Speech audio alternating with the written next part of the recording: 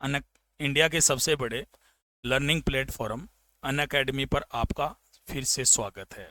अब आप आरपीएससी के एग्ज़ाम इंडिया के सबसे बड़े लर्निंग प्लेटफॉर्म पर क्रैक कर सकते हो, लेकिन इसके लिए आपको प्लस सब्सक्रिप्शन लेना होगा, जिससे कि आप unlimited live and recorded courses access कर सकते हो इंडिया के बेस्ट एजुकेटर से। ठीक है, तो इसलिए जल्दी से सब्सक्राइब कीजिए। मेरा नाम दामोदर प्रसाद शर्मा है। हिस्ट्री से एमए हूँ। हिस्ट्री में नेट किया है। मेरा टीचिंग एक्सपीरियंस 15 ईयर्स का है और मैंने टीचर एग्ज़ाम क्लियर किया है 2018 में। तो सबसे पहले आपको प्ले स्टोर में जाना होगा। प्ले स्टोर में जा कर के जो अनअकैडमी लर्निंग ऐप है वो डाउनलोड करना है, और उसके बाद में उसमें यदि फ्री प्लान अनलॉक करना है तो मेरा रेफरल कोड यूज कीजिएगा DAM10।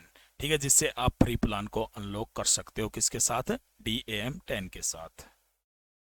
तो इसके लिए आपको सबसे पहले प्ले स्टोर में जाना है। प्ले स्टोर में जाकर के अनअकैडमी लर्निंग ऐप डाउनलोड करना है और उसके बाद मोबाइल नंबर के साथ साइन अप करना है। इससे आपको क्या मिलेगा? यदि आप सब्सक्रिप्शन लेते हो तो आपको मिलेंगी डेली लाइव क्लासेस। आप अपने एजुकेटर के साथ चैट कर सकते हो, उनके साथ डिस्कस कर सकते हो, अपने डाउट्स पूछ सकते हो और आंसर पोल में भाग ले सकते हो जबकि क्लास चल रही होती है। आपको मिलेंगे लाइव टेस्ट एंड क्विजेस।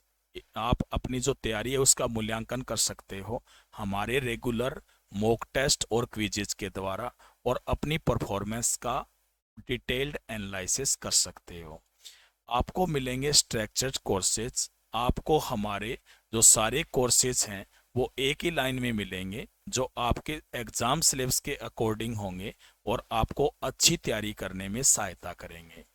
आपको मिलेगा अनलिमिटेड एक्सेस। एक बार सब्सक्रिप्शन लेने के बाद आपको हमारे लाइव और जो रिकॉर्डेड कोर्सेज हैं वो कंफर्टेबली आपको अपने डिवाइस पर देखने को मिलेंगे। फ्री और प्लस प्लान में क्या फ़र्क है? जो फ्री प्लान है उसमें लिमिटेड सिलेबस कवर होता है, जबकि प्लस में कंप्लीट सिलेबस कवर होता है। फ्री में लिमिटेड प्रैक्टिस टेस्ट रहते हैं, जबकि प्लस में अनलिमिटेड प्रैक्टिस टेस्ट रहते हैं। फ्री में लिमिटेड PDF नोट्स मिलते हैं, जबकि प्लस में अनलिमिटेड PDF नोट्स मिलते हैं। Doubt clearing session top educator के द्वारा फ्री में रेगुलरली नहीं होता है, जबकि प्लस में रेगुलर डाउट क्लियरिंग सेशन होता है बाय टॉप एजुकेटर के द्वारा। ठीक है, प्लस फीचर क्या क्या है? आप अपने फेवरेट एजुकेटर से पढ़ सकते हो, अपने एग्जाम की कंप्लीट तैयारी कर सकते हो, रेगुलर डाउट क्लियरिंग सेशन में भाग ले सकते हो, अपने सिलेबस को कवर कर सकते हो, फ्री टेस्ट सीरीज में भाग ले सकते हो और वीकली फ्री मॉक टेस्ट भी दे सकते हो। जो सब्सक्रिप्शन पर जो डिस्काउंट है वो 10% रहेगा। ये आपके सामने स्क्रीन पर प्लान दिखाई दे रहे हैं। तो इनमें आप यदि मेरा रेफरल कोड यूज करोगे DAM10 तो आपको मिलेगा 10% का डिस्काउंट। लेकिन याद रखना ये जो 10% का डिस्काउंट है ये कुछ ही दिनों तक अवेलेबल है, और इसीलिए जल्दी से सब्सक्राइब करें। स्कॉलरशिप टेस्ट फतेह रीट 2021 सफलता बस एक कदम दूर। टेस्ट और एनालिसिस यानी हर रविवार को टेस्ट लिया जाएगा। टेस्ट टाइम रहेगा 4 बजे, एनालिसिस टाइम रहेगा 6 बजे। प्रत्येक टेस्ट के टॉप 10 परफॉर्मर को पुरस्कार मिलेगा। तो रैंक फर्स्ट पे जो आएगा उन्हें free 3 months RPSC plus subscription मिलेगा। रैंक सेकंड को 75% को scholarship on 3 months RPSC plus subscription पर। रैंक 3 को 50% scholarship on 3 months RPSC plus subscription पर। और रैंक 4 से 10 को 25% scholarship on 3 months RPSC plus subscription. ठीक है। RS का जो फाउंडेशन बैच है ये 30 मार्च से स्टार्ट होने जा रहा है। आप यदि एक बड़े अधिकारी बनना चाहते हो, पूरी तैयारी करना चाहते हो, टॉप के एजुकेटर से तैयारी करना चाहते हो, तो जल्दी से अनअकैडमी का ये कोर्स खरीदें। आपके लिए बहुत ही फायदेमंद रहेगा यदि आप एक RS अधिकारी बनना चाहते हैं। ठीक है, तो 30 मार्च से स्टार्ट हो रहा है, और इस बैच को यदि आप ज्वाइन करना चाहते हैं तो मेरा रेफरल कोड यूज कीजिएगा DAM10, जिससे कि आपको मिलेगा 10% का डिस्काउंट। आरपीएससी एसआई जो बैच कोर्स है ये भी 30 मार्च से स्टार्ट हो रहा है, और ये भी आप ज्वाइन कर सकते हैं क्योंकि एसआई की बहुत ही अच्छी भर्ती आई हुई है राजस्थान में, और इस बैच को आप ज्वाइन कर सकते हैं। और इसमें भी आप यदि DAM10 मेरा रेफरल कोड यूज करोगे तो इसमें भी आपको मिलेगा 10% का discount. General awareness complete course for RSMSSB junior engineer के लिए, जिसमें पूरा कोर्स मिलेगा आपको, ये 31 मार्च से स्टार्ट हो रहा है, इसे भी आप ज्वाइन कर सकते हैं। और इसके लिए भी आपको मेरा रेफरल कोड यूज करना होगा DAM10, जिससे आपको मिलेगा 10% का discount. Headmaster exam paper first general studies batch course 2021, ये बैच भी 31 मार्च से स्टार्ट होने जा रहा है, और इसे भी आप ज्वाइन कर सकते हैं। और DAM10 रेफरल कोड यूज कीजिएगा, जिससे आपको मिलता है 10% का डिस्काउंट। ठीक है, ये आपके सामने प्लान दिखाई दे रहे हैं। तो यदि आपको अच्छी तरह से तैयारी करनी है तो लंबे समय के जो प्लान है ना, ये आपके लिए काफ़ी फायदेमंद होंगे। ठीक है, जैसे 12 मंथ का या 24 मंथ का है। एक्चुअल में जैसे 24 मंथ का जो प्लान है वो 8,400 रुपये का है, लेकिन आप यदि मेरा रेफरल कोड यूज करते हो DAM10 तो आपको मिलता है 10% का डिस्काउंट, और ये आपको पड़ेगा 7,560 रुपये में। तो अपन आज का टॉपिक स्टार्ट करते हैं। आज का अपना टॉपिक है राजस्थान का एकीकरण। ठीक है ना, ये दोस्तों अपना टॉपिक है राजस्थान का एकीकरण। तो सबसे पहले तो महत्वपूर्ण तथ्य पढ़ देते हैं, कुछ बातें राजस्थान के बारे में। याद रखना है कि सबसे पहले 1800 ईस्वी में एक अंग्रेज अधिकारी था, जॉर्ज थॉमस। इसने सबसे पहले इस भूभाग को राजपुताना कहा था। क्या कहा था? राजपुताना कहा था सबसे पहले जॉर्ज थॉमस ने। उसके बाद में 1805 ईस्वी में विलियम फ्रैंकलिन ने, किसने? विलियम फ्रैंकलिन ने 1805 ईस्वी में अपनी पुस्तक थी जिसका नाम था the military memoirs of mister George Thomas, ये पुस्तक थी। इसमें पहली बार उल्लेख किया कि जॉर्ज थॉमस ही पहला व्यक्ति था जिसने इस भूभाग को राजपुताना कहा। भी आया था स्टेनोग्राफर एग्जाम में, ये बहुत बार आता है, याद रख लेना। ठीक है ना। ये जो पुस्तक है इसका जो प्रकाशन है ये किया गया था कलकत्ता में। कहाँ किया गया था? कलकत्ता में इस पुस्तक का प्रकाशन किया गया लॉर्ड वेलेजली के द्वारा। किसने किया था? लॉर्ड वेलेजली ने। उसके बाद राजस्थान नाम का जो प्रयोग था वो सबसे पहले किसने किया? तो 1829 ईस्वी में कर्नल जेम्स टोड ने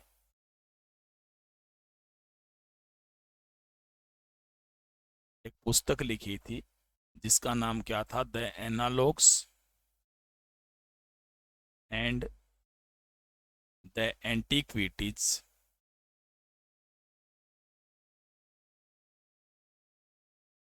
ऑफ राजस्थान, ये पुस्तक लिखी थी।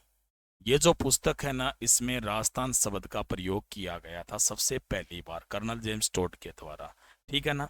तो राजस्थान शब्द का प्रयोग इन्होंने ही किया था 1829 में। वैसे आपको पता ही है कि जो एक बसंतगढ़ लेक है जो कहाँ पे है? सिरोही में। कहाँ पे है? सिरोही में। ठीक है, उसमें राजस्थानादित्य शब्द का प्रयोग हुआ। जबकि एक खंड लेख है जो कहाँ पे है? चित्तौड़ में, और इसमें कौन से शब्द का प्रयोग हुआ? राजस्थानिया शब्द का प्रयोग हुआ। ठीक है, तो ये प्रयोग हुए थे अलग अलग शब्द। तो ये मैंने सिर्फ आपको बताया है महत्वपूर्ण तथ्य कि 1800 ईस्वी में सबसे पहले जॉर्ज थॉमस ने इस भूभाग को क्या कहा था? राजपुताना। 1805 ईस्वी में विलियम फ्रैंकलिन ने अपनी पुस्तक the military memoirs of mister George Thomas में ये कहा था कि इस भूभाग को सबसे पहले राजपुताना जॉर्ज थॉमस ने कहा। इस पुस्तक का प्रकाशन कलकत्ता में किया गया, और इसका श्रेय किसको? लॉर्ड वेलेजली को। 1829 ईस्वी में कर्नल जेम्स टोड ने अपनी पुस्तक जिसका नाम था the analogues and the antiquities of Rajasthan, उसमें राजस्थान शब्द का प्रयोग किया। खंड लेख में राजस्थानिया शब्द मिला था और बसंतगढ़ लेख में राजस्थाना द्वितीय मिला था। ठीक है, तो अब अपन बात करते हैं राजस्थान के एकीकरण की। तो सबसे पहले अपन चलते हैं 3 जून योजना में। कौन सी योजना में चलते हैं? 3 जून योजना में।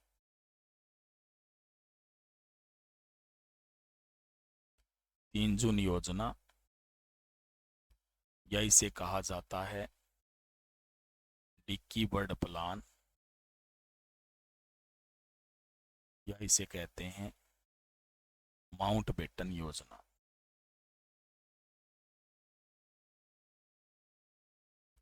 ये कब प्रस्तुत की गई थी? 3 जून 1947 को दिल्ली में प्रस्तुत की थी।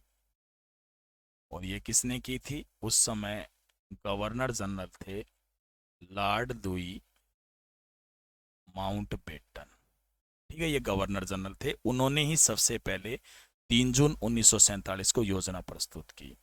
ये जो योजना थी ना, इसमें भारत की आजादी का दिन तय हुआ था। भारत की जो स्वतंत्रता है ना, उसका दिन तय हुआ था। कौन सी योजना में? माउंटबेटन योजना में। ठीक है, जो माउंटबेटन योजना है, इसी में पहली बार पाकिस्तान अस्तित्व में आया। यानी पहली बार पाकिस्तान भी अस्तित्व में कौन सी योजना में आया था? माउंटबेटन योजना में ही आया था। ठीक है, अब ये जो योजना प्रस्तुत की गई, अब ये तो पता लग गया अभी भारत आजाद होगा, लेकिन जो रियासतें थी, मतलब उस समय 565 रियासतें थी।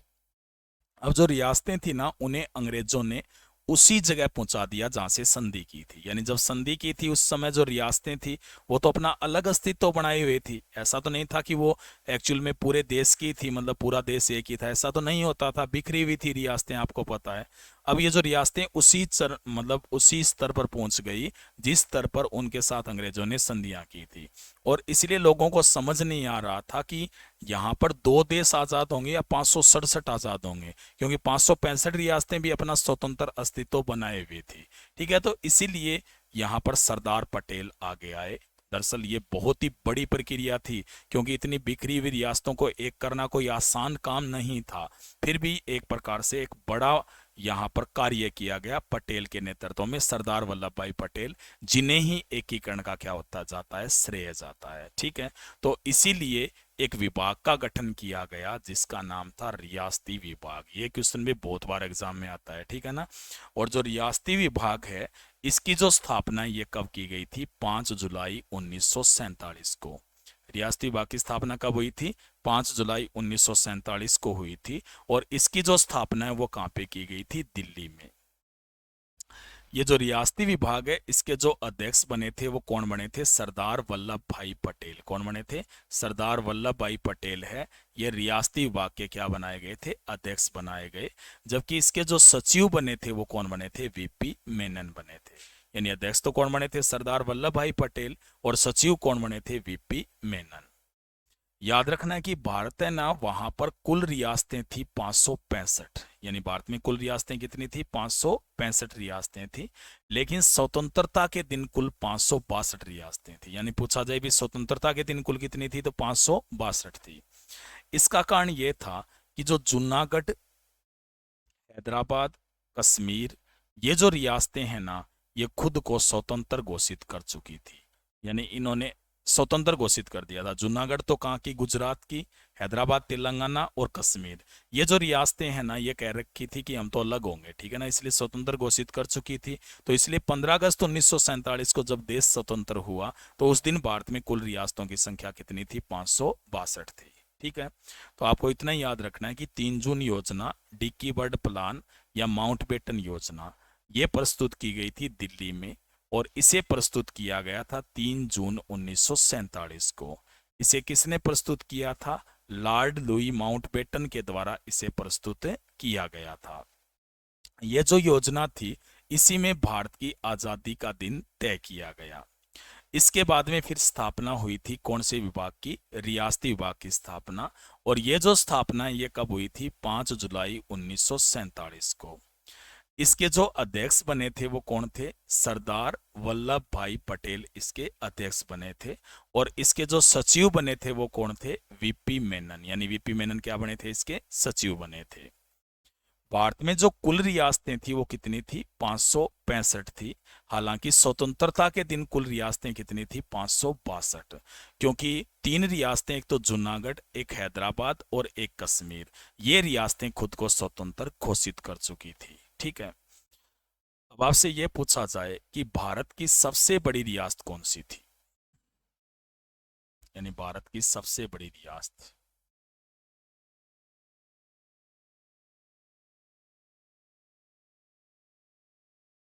तो भारत की जो सबसे बड़ी रियासत है वो कौन सी थी? हैदराबाद। सबसे बड़ी रियासत कौन सी थी? हैदराबाद। और सबसे जो छोटी रियासत है ना भारत की, वो कौन सी थी? बिलावरी। कौन सी थी? बिलावरी। और बिलावरी है, ये कहाँ पे है? एमपी में। सबसे बड़ी रियासत तो कौन सी थी? हैदराबाद। और सबसे छोटी रियासत कौन सी थी? बिलावरी, जो वर्तमान में कहाँ पे है? एमपी में है। ठीक है। अब बात करते हैं राजस्थान की। राजस्थान में उस समय कुल रियासतें कितनी थी? 19 थी। राजस्थान में कुल रियासतें कितनी थी? 19 थी। पूछा जाए सबसे बड़ी रियासत क्षेत्रफल में कौन सी थी? तो जोधपुर थी। सबसे बड़ी रियासत जनसंख्या में कौन सी थी? जयपुर। और इसकी जनसंख्या कितनी थी? 30 लाख थी 1941 की जनगणना के अनुसार। ठीक है। याद रखना है, सबसे छोटी जो रियासत है वो क्षेत्रफल में थी, वो कौन सी थी? शाहपुरा। सबसे छोटी रियासत क्षेत्रफल में कौन सी थी? शाहपुरा। जबकि सबसे जो छोटी रियासत है ना जनसंख्या में, वो भी कौन सी थी? शाहपुरा थी। सबसे छोटी रियासत जनसंख्या में वो कौन सी थी? शाहपुरा।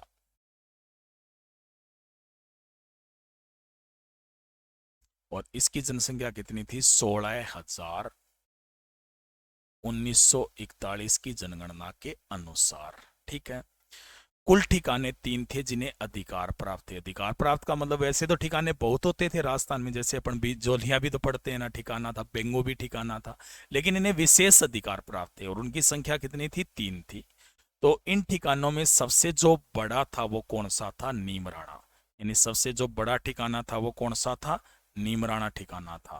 ठीक है। याद रखना, सबसे बड़ा ठिकाना कौन सा था? नीमराणा था। जबकि जो सबसे छोटा ठिकाना है वो कौन सा था? लावा, जयपुर में। नीमराणा तो अलवर में पड़ता है और लावा कहाँ पड़ता है? जयपुर में। एक चीफ कमिश्नरी प्रांत था, वो कौन सा था? अजमेर मेरवाड़ा। चीफ कमिश्नरी प्रांत कौन सा था? अजमेर मेरवाड़ा था। एक था यहाँ पे चीफ कमिश्नरी प्रांत। ठीक है। तो आपको याद रखना है कि राजस्थान में कुल रियासतों की संख्या कितनी थी? 19 थी। सबसे जो बड़ी रियासत है वो कौन सी थी? जोधपुर थी। सबसे बड़ी रियासत जोधपुर थी और क्षेत्रफल में। और सबसे बड़ी रियासत है वो दरअसल जनसंख्या में कौन सी थी? जयपुर थी। सबसे बड़ी जनसंख्या में कौन सी थी? जयपुर। और जयपुर की जनसंख्या कितनी थी? 30 लाख 1941 की जनगणना के अनुसार। सबसे जो छोटी रियासत है क्षेत्रफल में वो कौन सी थी? शाहपुरा थी। जबकि जनसंख्या में सबसे छोटी रियासत भी कौन सी थी? शाहपुरा। और शाहपुरा की जनसंख्या कितनी थी? 16,000 थी 1941 की जनगणना के अनुसार।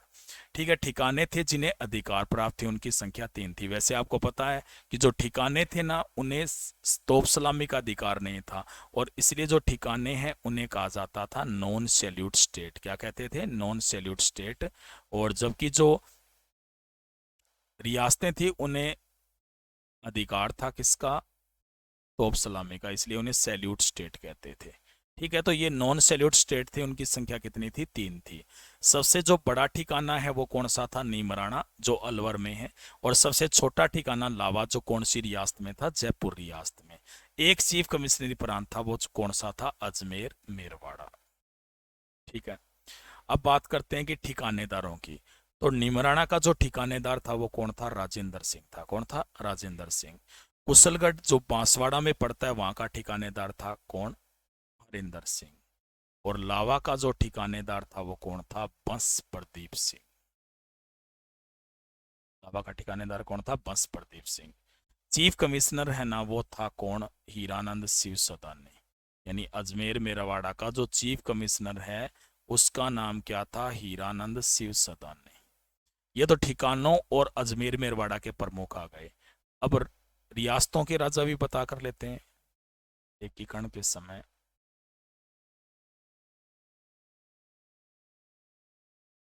रियासतों के शासक।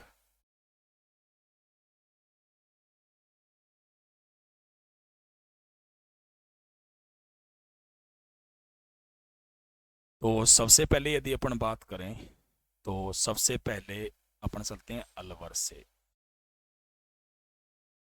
अलवर का जो शासक था वो कौन था? महाराजा तेज सिंह। भरतपुर का शासक कौन थे? महाराजा बरजेंद्र सिंह। कौन थे? महाराजा बरजेंद्र सिंह। करौली के शासक कौन थे? गणेश पाल देव। कहाँ के शासक थे? करौली के। धौलपुर है ना, यहाँ के शासक कौन थे? उदयपान सिंह। कौन थे? उदयपान सिंह। इसके बाद में फिर बात करते हैं अपन कोटा की। कोटा के शासक कौन थे? महाराव भीम सिंह। ये कोटा के शासक थे। और उसके बाद में बूंदी के शासक कौन थे? बहादुर सिंह। ये बूंदी के शासक थे। झालावाड़ के शासक कौन थे? हरीशचंद्र। प्रतापगढ़ के शासक कौन थे? बीका सिंह। ठीक है। इसके बाद में अपन बात करते हैं डूंगरपुर के शासक की। डूंगरपुर के शासक थे मारावल लक्ष्मण सिंह। क्या नाम था? मारावल लक्ष्मण सिंह। बांसवाड़ा के जो शासक थे उनका नाम था चंद्रवीर सिंह।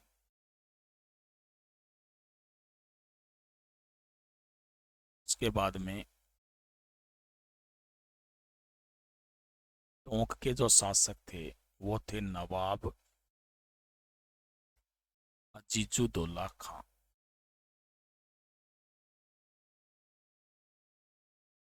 उसके बाद में शाहपुरा के जो शासक थे वो थे सुदर्शन देव सिंह। किशनगढ़ के जो शासक थे वो कौन थे? सुमेर सिंह।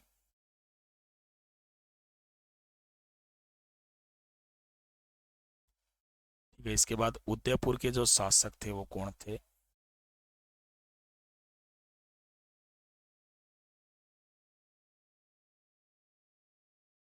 राणा भूपाल सिंह। गिनती मैंने गलत लिख दी थोड़ी। 9, 10, ये 11, ये 12, ये 13 और ये 14। ठीक है। इसके बाद में 15वीं फिर जयपुर के शासक कौन थे? सवाई मान सिंह सेकंड।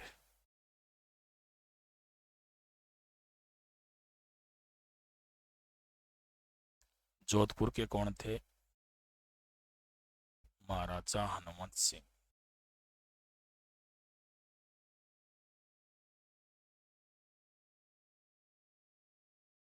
उसके बाद में जैसलमेर के कौन थे? जवाहर सिंह।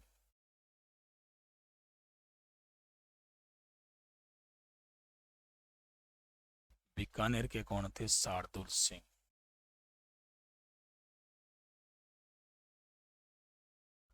और सिरोही के कौन थे? अब्बे सिंह। तो ये 19 रियासतें थी और ये 19 क्या थे? शासक थे। ठीक है। तो ये याद रखना जरूरी है। ठिकानेदार की बात करें तो जो नीमराणा है ना, यहाँ का कौन था? राजेंद्र सिंह था। ठीक है ना। और कुशलगढ़ है, यहाँ का ठिकानेदार कौन था? हरेंद्र सिंह। ठीक है। जो लावा है यहाँ का कौन था? बंस प्रदीप सिंह। और चीफ कमिश्नर की बात करें अजमेर मेरवाड़ा के तो वो कौन थे? हीरानंद शिवसदानी। एकीकरण के समय जो राजस्थान के शासक थे उनकी अपने को डिटेल पढ़नी है। अलवर के जो शासक थे वो कौन थे? तेज सिंह थे। अलवर के शासक कौन थे? तेज सिंह। भरतपुर के जो शासक थे वो कौन थे? बरजेंद्र सिंह। कौन थे? बरजेंद्र सिंह थे। जबकि यदि अपन बात करें करौली के शासक की तो करौली के कौन थे? गणेश पाल देव। जो धौलपुर है ना, यहाँ के शासक कौन थे? उदयपान सिंह थे। जो कोटा है यहाँ के शासक थे महाराव भीम सिंह। बूंदी के शासक कौन थे? बहादुर सिंह। ठीक है। और झालावाड़ है यहाँ के शासक कौन थे? महाराजा हरिश्चंद्र। प्रतापगढ़ के जो शासक है वो कौन थे? अंबिका सिंह। ठीक है। इसके बाद में बांसवाड़ा के जो शासक थे वो चंद्रवीर सिंह थे। डूंगरपुर के शासक थे लक्ष्मण सिंह। टोंक के जो नवाब थे उनका नाम था अजीजुद्दौला खां। शाहपुरा के शासक थे सुदर्शन देव सिंह। जो किशनगढ़ है वहां के शासक कौन थे? सुमेर सिंह थे। उदयपुर के जो शासक हैं वो कौन थे? राणा भूपाल सिंह। जयपुर के शासक थे सवाई मानसिंह सेकंड। जोधपुर के शासक थे हनुमंत सिंह। जैसलमेर के शासक थे जवाहर सिंह। बीकानेर के जो शासक थे वो कौन थे? महाराजा शार्दुल सिंह। और सिरोही के जो शासक थे वो कौन थे? अब्बे सिंह। तो ये 19 रियासतों के शासक थे। ये 3 जो ठिकाने हैं उनके ठिकानेदार थे। और ये था अजमेर मेरवाड़ा का एक चीफ कमिश्नर। ठीक है। आगे चलते हैं अपन। याद रखना है कि एकीकरण के समय पूरे भारत को 3 श्रेणियों में बांटा गया था। 3 श्रेणियों में। ठीक है ना। एक तो थी ए श्रेणी, एक थी बी श्रेणी और एक कौन सी थी? सी श्रेणी। 3 श्रेणियों में बांटा गया था। सबसे पहले थी ए श्रेणी। जो ए श्रेणी थी ना, इसमें क्या आते थे? ब्रिटिश प्रांत आते थे। और इसका जो प्रमुख होता था वो गवर्नर होता था। और प्रांत जैसे कि बंबई और उड़ीसा, 11 प्रांत थे कुल उस समय भारत में। बंबई, उड़ीसा, मद्रास, बंगाल, बिहार,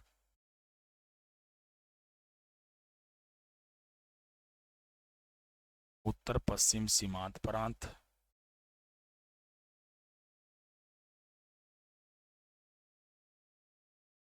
मध्य प्रांत। उत्तर पश्चिम सीमांत प्रांत तो पाकिस्तान वाला।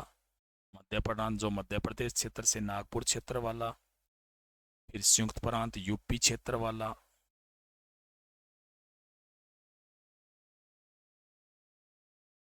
और सिंध आप जानते ही हो पाकिस्तान में चला गया है। पंजाब आधा पाकिस्तान में आधा भारत में। और असम। ये 11 उस समय प्रांत होते थे। ठीक है ना। और इनका जो प्रमुख था वो कौन होता था? गवर्नर होता था। उसके बाद में दूसरी जो श्रेणी आती थी उसे कहते थे बी श्रेणी। कौन सी श्रेणी थी वो? बी श्रेणी। और बी श्रेणी में क्या आते थे? रियासती क्षेत्र। रियासतें तो कुल 565 थी। रियासती क्षेत्र आते थे जैसे राजस्थान है, मध्य भारत है। तो ये सारे कौन सी श्रेणी में आते थे? बी श्रेणी में आते थे। इसका जो प्रमुख होता था बी श्रेणी के क्षेत्रों का, इसका जो प्रमुख था इसे कहते थे राज प्रमुख। क्या कहा जाता था इसे? राज प्रमुख कहते थे। ठीक है। इसके बाद में सी श्रेणी थी। कौन सी थी? सी श्रेणी। और सी श्रेणी में आते थे चीफ कमिश्नरी प्रांत। क्या आते थे? चीफ कमिश्नरी प्रांत। इनकी जो संख्या थी वो 4 थी। एक तो दिल्ली हो गया, एक था अजमेर मेरवाड़ा, एक था कुर्ग और एक था बलूचिस्तान। एक कौन सा था? कुर्ग और एक बलूचिस्तान। ये 4 थे चीफ कमिश्नरी प्रांत। इसका जो प्रमुख है ना उसे कहा जाता था चीफ कमिश्नर। पर प्रमुख को क्या कहते थे? चीफ कमिश्नर कहा जाता था। ठीक है। पहले मैं बता देता हूँ थोड़ा कि भारत को है ना 3 श्रेणियों में बांटा गया था। ए श्रेणी, बी श्रेणी और सी श्रेणी। ए श्रेणी थी उसमें आते थे ब्रिटिश प्रांत जिसका प्रमुख था कौन? गवर्नर। और ब्रिटिश प्रांतों की संख्या कितनी थी? 11 थी। जैसे बंबई, मद्रास, बिहार, उड़ीसा, बंगाल, उत्तर पश्चिम सीमांत प्रांत, मध्य प्रांत, संयुक्त प्रांत, सिंध, पंजाब और असम। दूसरे बी श्रेणी आती थी, उसमें रियासती क्षेत्र थे जैसे राजस्थान और मध्य भारत। और इनका प्रमुख कौन होता था? राज प्रमुख। तीसरी थी सी श्रेणी जिसमें क्या आते थे? चीफ कमिश्नरी प्रांत आते थे। और इनकी संख्या कितनी थी? 4 थी। जैसे दिल्ली, अजमेर मेरवाड़ा, कुर्ग और बलूचिस्तान। और इनका जो प्रमुख था वो कौन था? चीफ कमिश्नर होता था। प्रमुख कौन होता था इनका? Chief commissioner. तो ये 3 श्रेणियों में पूरा भारत बंटा हुआ था जबकि एकीकरण की प्रक्रिया चल रही थी। ए श्रेणी, बी श्रेणी और कौन सी? सी श्रेणी। ठीक है। याद रखना है कि जो एकीकरण हो रहा था ना, उसी दौरान अजमेर मेरवाड़ा केंद्र शासित प्रदेश बना था। यानी अजमेर मेरवाड़ा क्या बना था? केंद्र शासित प्रदेश बना था एकीकरण के दौरान ही। और यहाँ की जो सभा थी ना, उसे दारा सभा कहते थे। क्या कहते थे? उसे दारा सभा कहा जाता था। और कुल सदस्यों की संख्या 30 थी। ठीक है ना? यानी दारा सभा में जैसे विधानसभा वगैरह होती है ना, वैसे ही अजमेर मेरवाड़ा की सभा को क्या कहते थे? दारा सभा। और उसकी जो कुल संख्या थी वो कितनी थी? 30 थी। तो 1952 में जब इलेक्शन हुए थे, तब यहाँ पर भी इलेक्शन हुए थे। कहाँ पे? अजमेर मेरवाड़ा में। और इसके प्रथम और एकमात्र मुख्यमंत्री कौन बने थे? हरिबाऊ उपाध्याय बने थे। ठीक है ना? तो आपको इतना ही याद रखना है कि एकीकरण के दौरान अजमेर मेरवाड़ा है वो केंद्र शासित प्रदेश बना था। यहाँ की जो सभा थी उसे दारा सभा कहा जाता था। और इसके जो कुल सदस्यों की संख्या थी वो कितनी थी? 30 थी। ठीक है। और 1952 में यहाँ पर भी प्रथम चुनाव हुए थे। और इसके प्रथम और जो एकमात्र मुख्यमंत्री है, यानी प्रथम और एकमात्र मुख्यमंत्री हैं, वो कौन थे? हरिबाऊ उपाध्याय थे। ठीक है। अब अपन पढ़ते हैं एकीकरण के प्रमुख तथ्य,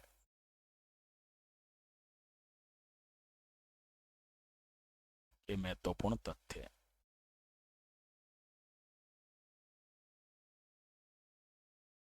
ठीक है। इसमें याद रखना है कि जो अलवर है वो राजस्थान की एकमात्र रियासत थी जिसने प्रथम स्वतंत्रता दिवस नहीं मनाया। यानी ऐसी रियासत कौन सी थी राजस्थान की जिसने प्रथम स्वतंत्रता दिवस नहीं मनाया था? तो वो जो रियासत है वो कौन सी थी? अलवर थी।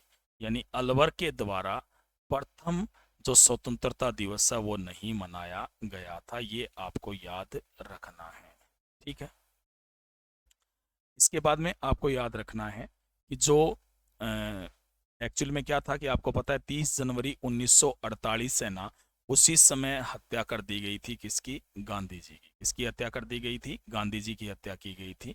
और जो गांधी जी है ना, उसके हत्या के आरोप में फिर तलाशियां ली जा रही थी। नाथूराम गोडसे ने हत्या की थी। भी इनको शरण किसने दी थी? ठीक है ना? तो ये काफी ज्यादा तलाशी ली जा रही थी। और इसी दौरान शक किया गया कि हत्यारों को शरण है ना, वो अलवर के शासक तेज सिंह ने और उनके दीवान ने दिया, जिसका नाम क्या था? एन बी खरे था। ठीक है ना? एन बी खरे था। और एक प्रकार से कह सकते हैं कि इन दोनों को है ना दिल्ली में नजरबंद कर दिया गया था। यानी इन दोनों को दिल्ली में नजरबंद कर दिया गया था।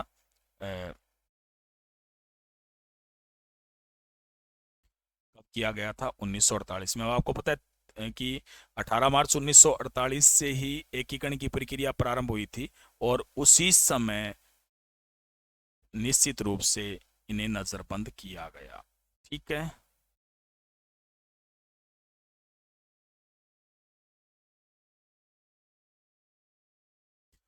भरतपुर और जो धौलपुर है ना, वो राजस्थान की जाट रियासतें होती थी जो उत्तर प्रदेश में मिलना चाहती थी। ठीक है ना? वैसे धौलपुर के बारे में कहा भी गया कि ये पाकिस्तान में भी जाना चाहती है। ठीक है ना? पाकिस्तान में भी जाना चाहती थी। क्योंकि वैसे जो भोपाल के जो नवाब थे ना, वो भड़का रहे थे। अब भोपाल है ना राजस्थान के, आपको पता है इधर पड़ता है। और इधर पाकिस्तान पड़ता है। तो ये सोच रहा था पूरा राजस्थान ही पाकिस्तान में चला जाए, जिससे मैं भी पाकिस्तान में चला जाऊं। तो इस तरह से ये स्थिति थी। और इसी कारण जो धौलपुर है उसके बारे में भी कहा जाता है कि ये कहाँ मिलना चाहती थी? पाकिस्तान में। ठीक है। वैसे इनका जो क्षेत्र था ना, वो यूपी क्षेत्र वाला ही था मेनली, क्योंकि वहीं पर इनकी भाषा मिलती थी। तो इसलिए ये दोनों रियासतें यूपी में जाना चाहती थी। और वैसे भी जो सबसे पहले मत्स्य संघ बनाया गया था, सबसे पहले क्या बनाया गया था? मत्स्य संघ। ठीक है। जो मत्स्य संघ था, इसकी यदि अपन बात करें तो इन चारों रियासतों को जो रखा गया तो उसमें यह फिक्स नहीं था भी कहाँ रखा जाएगा। क्योंकि के एम मुंशी जैसे कुछ विद्वान कह रहे थे कि ऐसा करते हैं कि राजस्थान को अलग अलग क्षेत्रों में अलग अलग जगह जोड़ देते हैं, क्योंकि ये एक रहेंगे ना सारे राजा तो पता नहीं कुछ गड़बड़ नहीं करते हैं। ठीक है। तो ऐसा था, लेकिन ऐसा नहीं माना जा सकता था, क्योंकि आपको पता है भी एक क्षेत्र विशेष और संस्कृति विशेष को एक साथ ही रखा जा सकता था। ठीक है। तो इसलिए बाद में जो ये मत्स्य संघ था उसको फिर से किस में रख दिया गया था? राजस्थान में, लेकिन एक बार अलग रखा गया था। ठीक है। कोटा के जो महाराव थे जिनका नाम क्या था? भीम सिंह। कोटा के महाराव कौन थे? भीम सिंह। और इन्होंने हाड़ौती संघ का निर्माण किया था। कौन से संघ का? हाड़ौती संघ का। और ये जो हाड़ौती संघ है ना, इसमें 3 रियासतें आ रही थी, कोटा, बूंदी और झालावाड़। हाड़ौती संघ में कौन कौन सी रियासतें थी? कोटा, बूंदी और झालावाड़ आ रही थी। अब एक्चुअल में क्या है कि जो भीम सिंह है वो ये कह रहा था कि हम तो अलग संगठन बनाएंगे। अब पटेल को पता चल गया। पटेल भीम सिंह के पास गए और पूछा, तो भीम सिंह ने कहा कि इसका मैन मैं ही रहूंगा, मतलब मुख्य व्यक्ति मैं ही रहूंगा। पटेल ना, काम तो वैसे ही बना सकते हैं, मुख्य व्यक्ति ज्यादा का बना देते हैं, ऐसा करते हैं। मतलब ये तो आप 3-4 रियासतों को ही बन रहे हो, बाकी हम ज्यादा रियासतों का बना देंगे, तुम्हें राज प्रमुख बना देंगे, और राजधानी भी किसको बना देंगे, कोटा को। अब भीम सिंह को और क्या चाहिए था, जो भीम सिंह था वो इसके लिए तुरंत तैयार हो गया, ठीक है ना। वो तुरंत तैयार हो गया, कौन, भीम सिंह, ठीक है। उसके बाद में जो भीम सिंह था, उसकी यदि अपन बात करें तो भीम सिंह ने उसके बाद जब भीम सिंह अलग हुआ तो ये बूंदी और झालावाड़ रियासतें ये बेचारी फिर कहाँ जाती, ठीक है ना। तो ये जो रियासतें थी ना, ये भी तुरंत तुरंत है ना पीछे पीछे ही शामिल हो गई, और एकीकरण में कह सकते हैं राजस्थान में मिला लिया गया, किसको, कोटा को। ठीक है, ये भी याद रखना है कि कोटा था ना, वो काफी महत्वपूर्ण स्थान माना गया था। और जो एकीकरण के दौरान जो वार्षिक बैठकें हैं ना, वो भी कहाँ पे आयोजित होती थी, कोटा में आयोजित होती थी, ठीक है ना। यानी एकीकरण के दौरान जो वार्षिक बैठकें हैं वो कहाँ आयोजित होती थी, कोटा में आयोजित होती थी, जब एकीकरण चल रहा होता था।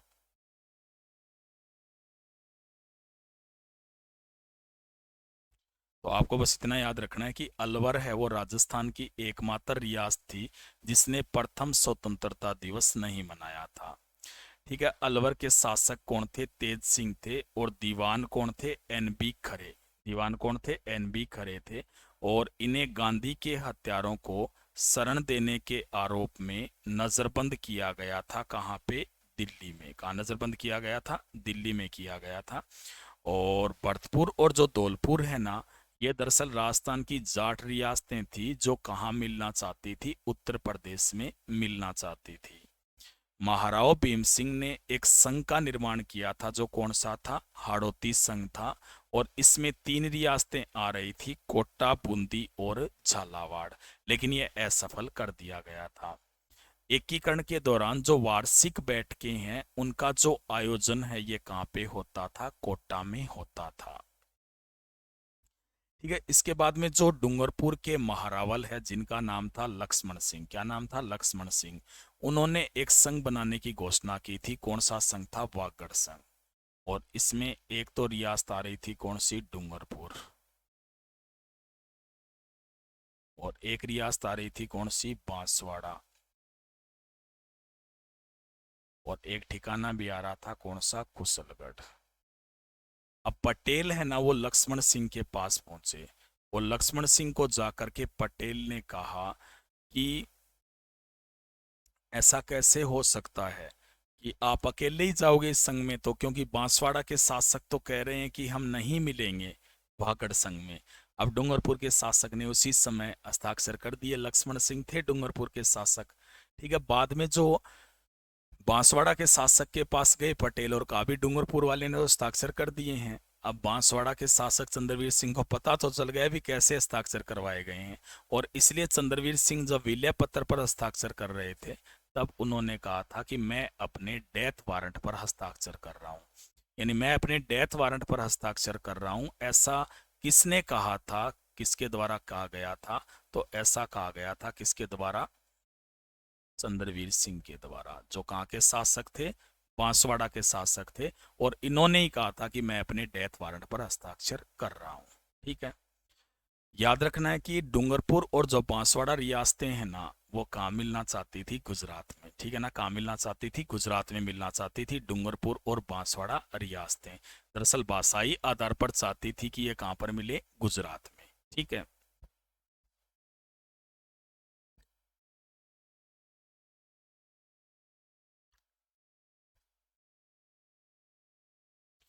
राजस्थान की जो एकमात्र मुस्लिम रियासत है वो कौन सी थी, टोंक थी। राजस्थान की एकमात्र मुस्लिम रियासत कौन सी थी, टोंक थी। और ऐसा माना जाता है कि ये भी काम मिलना चाहती थी पाकिस्तान में, लेकिन संभव नहीं था पाकिस्तान में मिलना, क्योंकि बीच में आ रही थी, कूद के थोड़ी जाएगी टोंक रियासत। ठीक है, जो रियासतें थी मैंने पहले ही बता दिया था, उन्हें सल्यूट स्टेट का स्टेट कहा जाता था, सॉरी सैल्यूट स्टेट, क्योंकि उन्हें तोप सलामी का अधिकार था, जबकि ठिकानों को क्या कहते थे, नॉन सैल्यूट स्टेट कहते थे। ठीक है, इन्हें तोप सलामी का अधिकार नहीं था। लेकिन आपसे ये पूछा जाए भी एकीकरण के दौरान ऐसी कौन सी रियासतें थी जिन्हें तोप सलामी का अधिकार नहीं था, यानी एकीकरण के दौरान ऐसी रियासतों के नाम बताइए जिन्हें तोप सलामी का अधिकार नहीं था। तो ये दो रियासतें थी, कौन कौन सी थी? एक तो थी शाहपुरा और एक थी किशनगढ़। एक तो शाहपुरा थी और एक कौन सी थी? किशनगढ़। ये दो ऐसी रियासतें थी जिन्हें तोप सलामी का अधिकार प्राप्त नहीं था। कौन सी थी? शाहपुरा और किशनगढ़। ठीक है। उसके बाद में इसका कारण क्या था? दरअसल क्या है कि 57 की क्रांति में इन पर आरोप लगा था कि इन्होंने विद्रोहियों का साथ दिया है। किसका साथ दिया है? विद्रोहियों का साथ। और इसीलिए इनकी जो तोप सलामी थी ना, वो समाप्त कर दी। ठीक है। राणा जो भूपाल सिंह है ना, उन्होंने 1946 में राजस्थान यूनियन संघ बनाया था। कौन सा संघ बनाया था? राजस्थान यूनियन संघ बनाया। अब कहते हैं कि इसकी दो बैठकें भी आयोजित हुई थी उदयपुर में, और इसमें पूरे भारत से 22 रियासतें आ गई थी। लेकिन इसमें ना थोड़ा सा उनमें असमंजस था, क्योंकि बड़ी रियासतें तो सोच रही थी कि मैं सबसे मैन बनूं, मैं सबसे बढ़ूं, मैन बनूं, ऐसे सोच रही थी। और छोटी रियासतें सोच रही थी कि हमारा तो यहाँ पर कोई भी वैल्यू रहेगी नहीं। तो इसलिए पूरी तरह से असफल हुआ था राजस्थान यूनियन संघ। ठीक है। अब थोड़ा सा बात करते हैं अपन दूसरे चरण की। दूसरा चरण जो आया था 25 मार्च 1948 को। ठीक है। ये जो चरण था ना 25 मार्च 1948 को आया, इसमें एक्चुअली में क्या था कि जो पटेल है ना, वो 10 रियासतें शामिल करने, वैसे तो 9 आई थी ना, कितने शामिल करने जा रहे थे? 10।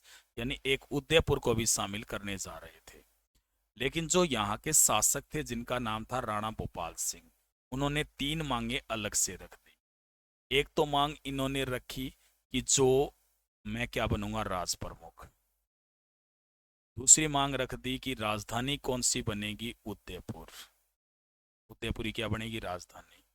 और तीसरी मांग इसने रख दी कि मुझे पेंशन है ना, वो कितनी दी जाए? 20 लाख रुपए दी जाए। ये 3 मांगे इन्होंने रख दी थी। ठीक है।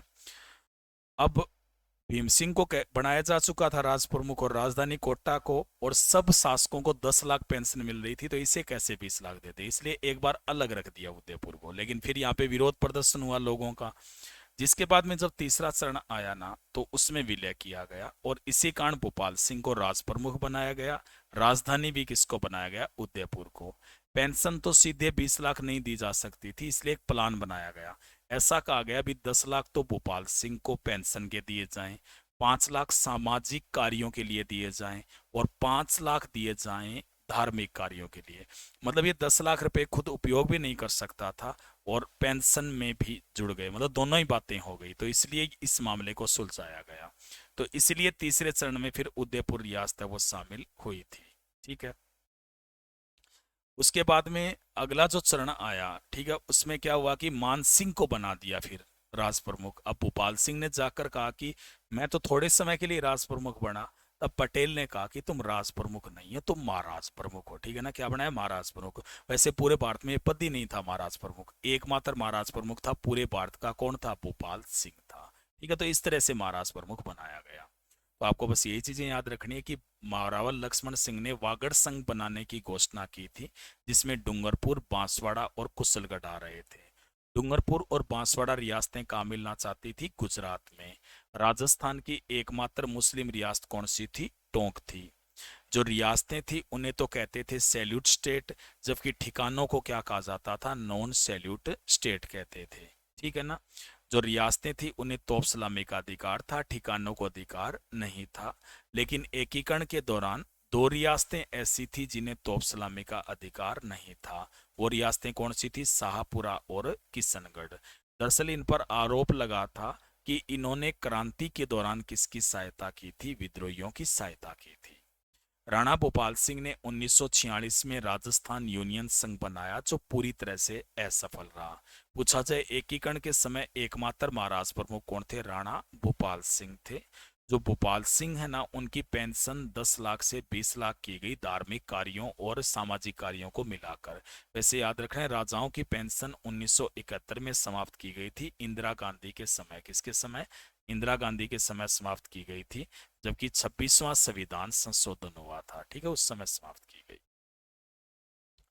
जो सवाई मान सिंह सेकंड है, जो कि जयपुर का शासक था, उसने एक संघ की घोषणा की थी जिसका नाम था राजपुताना संघ। यानी कौन से संघ की घोषणा की थी? राजपूताना संघ की घोषणा की थी। किसने की थी? स्वाई मानसिंह सेकंड ने। लेकिन यह भी पूरी तरह से क्या रहा था? असफल रहा था। तो राजपूताना संघ वो पूरी तरह से सफल नहीं हुआ। इसके बाद में आपसे पूछा जाए कि पूरे भारत में, यानी पूरे भारत में विलय पत्र पर हस्ताक्षर करने वाली प्रथम रियासत कौन सी थी? यानी विलय पत्र पर हस्ताक्षर करने वाली पूरे भारत की प्रथम रियासत कौन सी थी? बीकानेर। और बीकानेर में ये जो हस्ताक्षर किए थे वो यहाँ के शासक ने किए, जिसका नाम था शार्दुल सिंह। क्या नाम था? शार्दुल सिंह। और ये हस्ताक्षर कब कर दिए गए थे? 7 अगस्त 1947 को। ठीक है ना? यानी पूरे भारत में सबसे पहले विलय पत्र पर हस्ताक्षर किए गए थे। किसके द्वारा किए गए थे? बीकानेर के शासक शार्दुल सिंह के द्वारा 7 अगस्त 1947 को। और पूछा जाए भी राजस्थान की अंतिम रियासत कौन सी थी जिसमें विलय पत्र पर हस्ताक्षर किए, तो वो धौलपुर थी। और हस्ताक्षर कब किए थे? 14 अगस्त 1947 को। ठीक है। पूरे भारत में 3 रियासतें ऐसी थी जिन्हें तोप रखने का अधिकार था। एक तो रियासत पटियाला थी, पटियाला पंजाब में है ना, और एक कश्मीर थी, और बीकानेर। रखने का मतलब ये है कि बाकी की जो तोपें थी ना वो तो अंग्रेजों के नियंत्रण में आती थी, लेकिन इनकी तोपें इनके खुद के नियंत्रण में आती थी। तो इसलिए राजस्थान में एकमात्र रियासत कौन सी थी? बीकानेर थी, जिसे क्या रखने का अधिकार था? तोपें रखने का अधिकार था। ठीक है। दरअसल ब्रिटिश सरकार का एक आदेश आया था कि जिनकी वार्षिक आय है वो कितनी है? 1 करोड़। कितनी है? 1 करोड़। और जिनकी जनसंख्या है वो कितनी है? 10 लाख। ये रियासतें अपना अलग अस्तित्व रख सकती थी। मतलब ये चाहती तो अपना अलग अस्तित्व बना सकती है। ठीक है। और इस शर्त को राजस्थान में 4 रियासतें पूरा करती थी। कितनी रियासतें? 4। एक तो थी बीकानेर, एक थी जोधपुर, एक थी जयपुर, और एक थी उदयपुर। ठीक है ना? यानी ये जो शर्त थी 1 करोड़ वार्षिक आय और 10 लाख की जनसंख्या की, इसको 4 रियासतें पूरा कर रही थी: बीकानेर, जोधपुर, जयपुर और उदयपुर। ठीक है। आपको याद रखना है कि जोधपुर और जैसलमेर रियासतें हैं वो पाकिस्तान में जाना चाहती थी। मतलब इन्होंने, कहते हैं, जिन्ना के साथ बैठक भी कर ली थी, लेकिन लास्ट में मामला उलझ गया और पटेल ने विलय कर दिया राजस्थान में। ठीक है। तो आपको याद रखना है कि स्वाई मान सिंह सेकंड है, उनके द्वारा राजपूताना संघ की घोषणा की गई थी, लेकिन ये असफल रहा। पूरे भारत में विलय पत्र पर हस्ताक्षर करने वाली प्रथम रियासत कौन सी थी? बीकानेर। 7 अगस्त 1947 को किए थे। और यहाँ के महाराजा कौन थे? शार्दुल सिंह थे। ठीक है। अंतिम रियासत कौन सी थी? राजस्थान की धौलपुर। 14 अगस्त 1947। और आपको पता ही है कि यहाँ के जो शासक थे वो कौन थे? उदयभान सिंह थे। भारत में 3 रियासतें ऐसी थी जिन्हें तोप रखने का अधिकार था। एक तो थी पटियाला, एक थी कश्मीर, और एक कौन सी थी? बीकानेर। ब्रिटिश सरकार के आदेश के अनुसार जिनकी जनसंख्या 10 लाख थी और वार्षिक आय कितनी थी? 1 करोड़, वो अपना अलग अस्तित्व बना सकती थी। मतलब बनाना चाहे तो अलग अस्तित्व बना सकती थी। और इस शर्त को 4 रियासतें पूरा करती थी: बीकानेर, जोधपुर, जयपुर और उदयपुर। मतलब राजस्थान की 4 रियासतें। ठीक है। जोधपुर और जैसलमेर रियासतें कहाँ जाना चाहती थी? पाकिस्तान में। कहते हैं कि प्रारंभ में टोंक व धौलपुर ने भी पाकिस्तान की सहमति दी, लेकिन वो तो असफल होनी थी, धौलपुर और टोंक दोनों ही। ठीक है। शंकरदेवराय समिति की सिफारिश पर जो मत्स्य संघ, मैंने बताया था ना सबसे पहले मत्स्य संघ बनाया था, उसे राजस्थान में शामिल किया गया था। कौन सी समिति की सिफारिश पर किया गया था? शंकरदेवराय समिति की सिफारिश पर। जो जयपुर है ना, उसे राजधानी बनाया गया था। कौन सी समिति की सिफारिश पर? पी सत्यनारायण राव समिति की सिफारिश पर। यानी पी सत्यनारायण राव समिति की सिफारिश पर जो जयपुर है ना, उसे राजधानी बनाया गया था।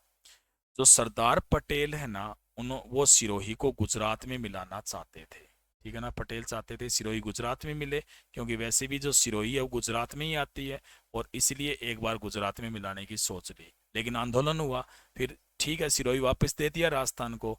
लेकिन अबू दिलवाड़ा है ना, अब भी कहाँ जा रहे थे? गुजरात में जा रहे थे।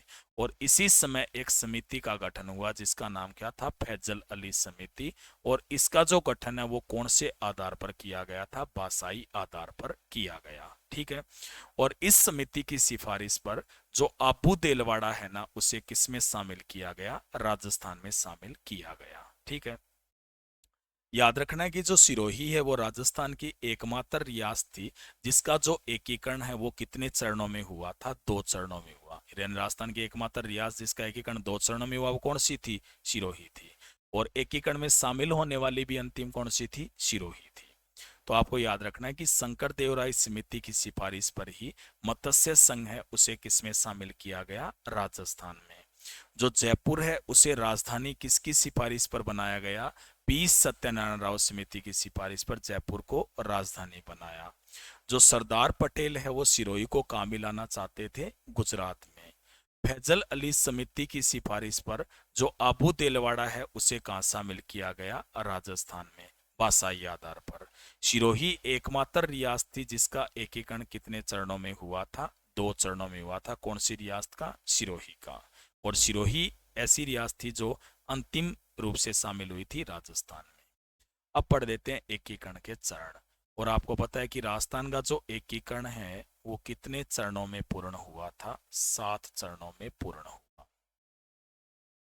सबसे पहले प्रथम चरण 17 या 18 मार्च 1948, लेकिन 18 मार्च ही प्रमाणिक मानना है क्योंकि एनसीईआरटी में कितना लिखा हुआ है, 18 मार्च। रियासतें कौन सी थी, अलवर, भरतपुर, करौली और धौलपुर। रियासतें कौन सी थी, अलवर, भरतपुर, करौली और धौलपुर। ये 4 रियासतें थी, यानी A B C D, Alwar, Bharatpur, Karauli और धौलपुर, ऐसे अपन कह सकते हैं। ठिकाना एक आ रहा था, कौन सा, नीमराणा। यानी रियासतें तो इसमें कितनी आई थी, 4 आई थी, जबकि जो ठिकाना था वो कौन सा था, एक था।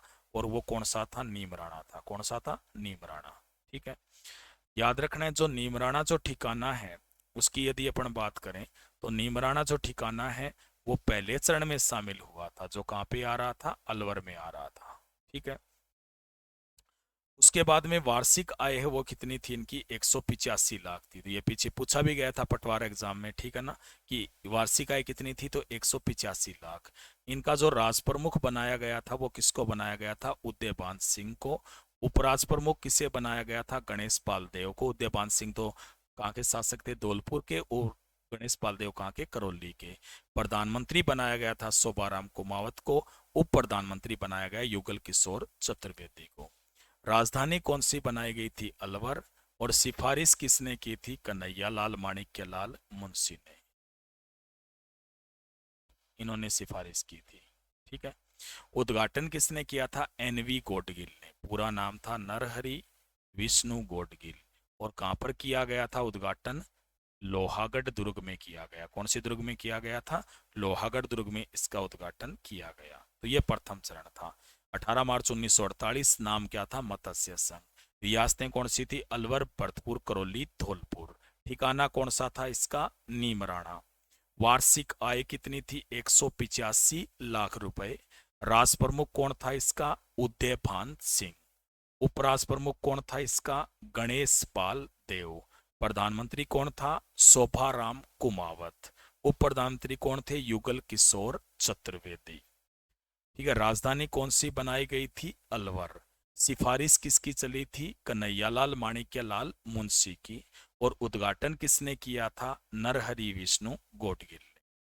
फिर आया था कौन सा चरण, द्वितीय चरण, 25 मार्च 1947 को। और नाम क्या था, राजस्थान संघ।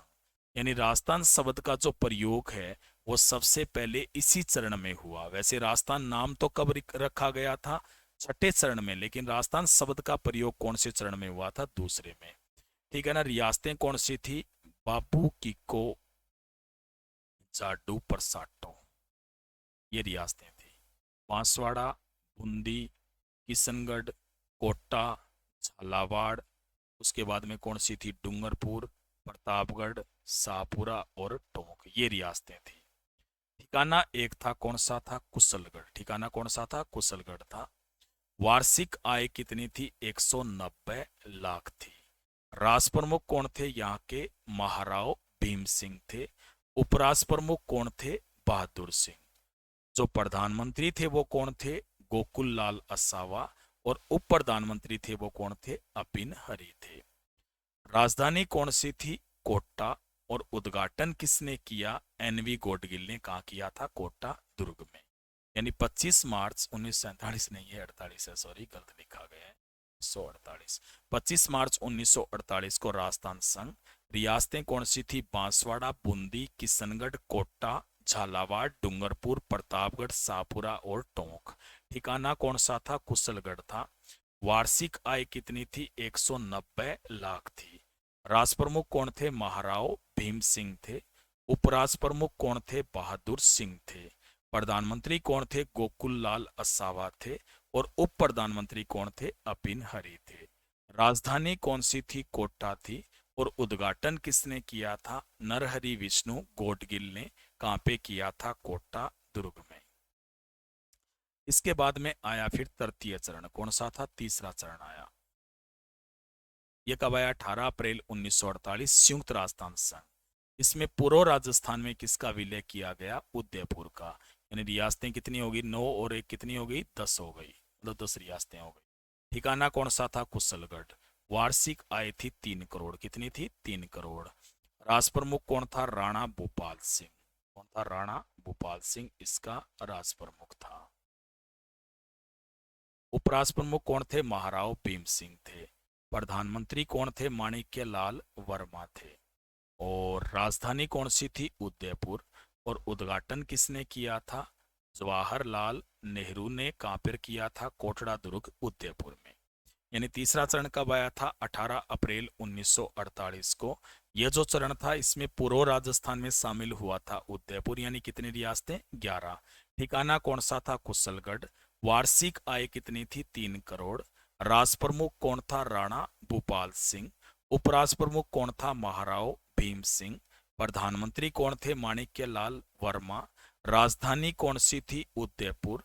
और उद्घाटन किसने किया था? जवाहरलाल नेहरू ने। कोटड़ा दुर्ग जो कहां पे है? उदयपुर में। फिर आया था चतुर्थ चरण। और इसे क्या कहा गया था? वरत राजस्थान संघ कहा गया।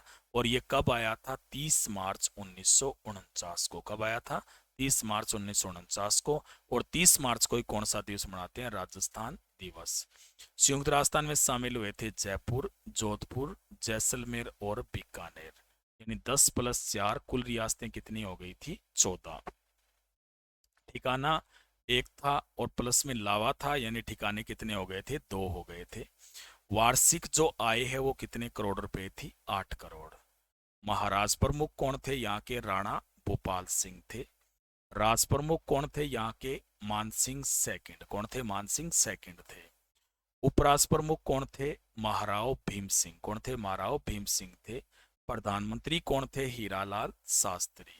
राजधानी कौन सी बनाई गई? जयपुर। और उद्घाटन किसने किया था? सरदार पटेल ने। और कहाँ किया गया? सिटी पैलेस जयपुर में इसका उद्घाटन किया गया था। ठीक है। इस चरण में 5 विभाग भी बने थे। कितने विभाग बने थे? 5 विभाग बने थे। एक तो था न्याय विभाग जो कहाँ बना था? जोधपुर में। एक था शिक्षा विभाग जो कहाँ बना था? बीकानेर में। कृषि विभाग कहाँ बना था? भरतपुर में। उसके बाद में खनन विभाग कहाँ बना था? उदयपुर में। और वन विभाग कहाँ बना था? कोटा में। ठीक है। तो चौथा चरण वर्त राजस्थान संघ, जिसमें 30 मार्च 1949 को। 30 मार्च को कौन सा दिवस? राजस्थान दिवस। इसमें संयुक्त राजस्थान में 4 रियासतें शामिल हुई, जयपुर, जोधपुर, जैसलमेर और बीकानेर। ठिकाना एक शामिल हुआ, लावा। वार्षिक आय इनकी कितनी थी? 8 करोड़ थी। महाराज प्रमुख कौन थे? राणा भूपाल सिंह। राष्ट्र प्रमुख कौन थे? मान सिंह सेकंड। उपराष्ट्र प्रमुख कौन थे? महाराव भीम सिंह। प्रधानमंत्री कौन थे? हीरालाल शास्त्री। राजधानी कौन सी थी? जयपुर। उद्घाटन किसने किया? सरदार वल्लभ भाई पटेल ने। सिटी पैलेस जयपुर में। ठीक है। इसी चरण के दौरान कितने विभागों की स्थापना की गई थी? 5 विभागों की स्थापना की गई थी। और उसके बाद में आपको याद रखना है कि शिक्षा विभाग बीकानेर, कृषि विभाग भरतपुर, खनन विभाग उदयपुर, वन विभाग कहाँ पे? कोटा में। पांचवा जो चरण था उसका जो नाम था वो क्या था? संयुक्त व्रत राजस्थान संघ या वृहत्तर राजस्थान संघ। संयुक्त व्रत राजस्थान या वृहत्तर राजस्थान संघ। 15 मई 1949 को। रियासतें व्रत राजस्थान प्लस मत्स्य संघ, यानी 14 + 4, यानी कितनी रियासतें थी? कुल 18। ठिकाने कितने थे? 2 + 1 = 3। इस चरण में जो प्रधानमंत्री का पद था वो क्या हुआ? समाप्त हुआ। प्रथम जो मनोनीत मुख्यमंत्री बने थे वो कौन बने थे? हीरालाल शास्त्री। कौन बने थे? हीरालाल शास्त्री बने थे। ठीक है, हीरालाल शास्त्री प्रथम मनोनीत मुख्यमंत्री बने थे। हीरालाल शास्त्री की बात की जाए तो ये मुख्यमंत्री कब बने थे? 8 अप्रैल 1949 को। तो ये प्रथम मनोनीत मुख्यमंत्री बने। उसके बाद में आया छठा चरण। इसका नाम क्या था? राजस्थान। 26 जनवरी 1950 को। रियासतें कौन सी थी? वरत राजस्थान + सिरोही 19। ठिकाने कितने थे? 3। आ गए थे ना पूरे। राजस्थान इस चरण में 20 श्रेणी का राज्य बना। संवैधानिक रूप से राजस्थान इसी चरण में अस्तित्व में आया और इसी चरण में क्या नाम रखा गया? राजस्थान। सिरोही की वार्षिक आय कितने रुपए थी? 80 लाख रुपए थी। ठीक है, और इसी चरण में मुख्यमंत्री का पद भी संवैधानिक हुआ और राजस्थान शब्द का प्रयोग तो दूसरे में हुआ, राजस्थान नाम इसी चरण में। 26 जनवरी 1950। रियासतें थी 72, राजस्थान + सिरोही 19 हो गई। ठिकाने कितने थे? 3 थे। इसी चरण में राजस्थान कौन सी श्रेणी का राज्य बना? 20 श्रेणी का। राजस्थान संवैधानिक रूप से अस्तित्व में आया, मुख्यमंत्री का पद भी संवैधानिक बना और इसी चरण में राज्य का नाम क्या रखा गया? राजस्थान। और वार्षिक आय थी वो कितनी थी? 80 लाख रुपए। फिर आया अंतिम चरण, सप्तम चरण, और ये आया था 1 नवंबर 1956। और इसी चरण में आया था राजस्थान का वर्तमान स्वरूप। यानी राजस्थान अपने वर्तमान स्वरूप में कब अस्तित्व में आया था? 1 नवंबर 1956 को। विलय किस किस का हुआ था? अजमेर मेरवाड़ा, आबू देलवाड़ा, मंदसौर का सुमेल टप्पा बाग कोटा को दे दिया गया। मंदसौर जो एमपी में पड़ता है ना, मध्य प्रदेश में, उसका सुमेल टप्पा बाग किसे दे दिया गया? कोटा को। निष्कासन किसका हुआ? जो झालावाड़ का सिरोंज क्षेत्र था ना, वो किसको दिया गया? मध्य प्रदेश को दिया गया। याद रखना है, जो ए बी सी श्रेणियां, तीनों श्रेणियां क्या हो गई? समाप्त हो गई। और उसके बाद में संविधान संशोधन हुआ। ठीक है ना, संविधान संशोधन हुआ, जिसके बाद में राज प्रमुख का पद था वो समाप्त कर दिया गया। राज प्रमुख का पद क्या हुआ? समाप्त हुआ और नया पद सर्जित हो गया। कौन सा? राज्यपाल का पद। ठीक है ना, राज्यपाल का पद था वो सर्जित हुआ, राज प्रमुख का पद था वो समाप्त हुआ। ठीक है, याद रखना है कि इस तरह से जो राजस्थान के जो प्रथम राज्यपाल थे वो कौन बने थे? गुरुमुख निहाल सिंह।